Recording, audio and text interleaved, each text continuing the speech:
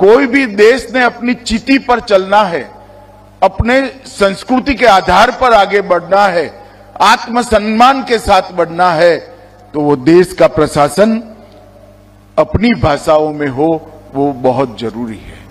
इस महान उद्देश्य के साथ राजभाषा की शुरुआत हुई और 50 वर्ष की ये यात्रा आज ऐसे मकाम पर आकर खड़ी है कि यहां हमने इसको आगे ले जाने का हमारा प्रयास और आगे ले जाने का हमारा पूरा रास्ता तय करने की जरूरत है।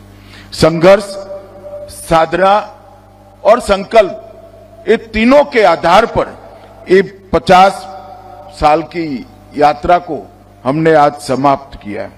और ये पंच प्रण की बात प्रधानमंत्री जी ने जब आजादी के 75 साल हुए तब कही, उसमें गुलामी की मानसिकता से मुक्ति ये बहुत महत्वपूर्ण प्रण है।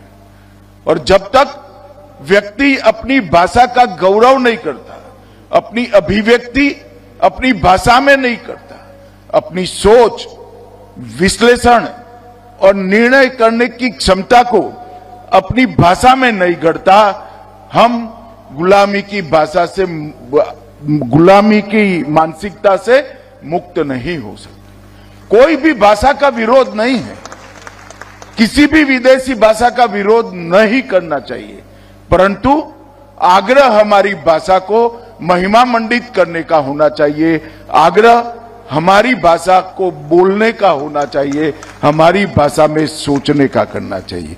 और पूर्णतः विकसित राष्ट्र की संकल्पना तभी हो सकती है जब विरासत को परिभाषित करने का भाषा एकमात्र माध्यम है, इसका महिमा मंडन हो। जहां तक देश का सवाल है, भाषा सिर्फ संवाद का माध्यम नहीं होती, एक राष्ट्र की आत्मा होती है। हमारी जड़ें, हमारी परंपराएं, हमारा इतिहास, हमारी पहचान और हमारी जीवन संस्कृति, ये सभी भाषा से कटकर आगे नहीं बढ़ा सकते।